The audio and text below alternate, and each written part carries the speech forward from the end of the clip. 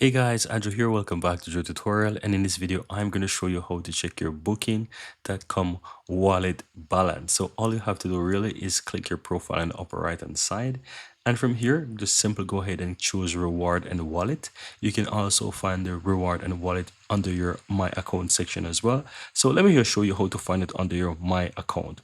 So you can simply click on the my account, and if you scroll down you will find reward and wallet section here, and this is just to show you that you can actually find it under that section as well. But for quick access, click your profile on the upper right and click on reward and wallet, and you'll be taken over to this section here where you can see reward and wallet. This is the wallet balance. You also have credit, so if you get any credit you can check your credit balance. Vouchers as well, you can check there as well, and that's how you quickly check it. You can also browse reward and wallet activities by simply clicking there. If you have any activities, you can check it there. You have the spendables, the pending, and history, and so forth. And that's it, guys. Very easy and very simple.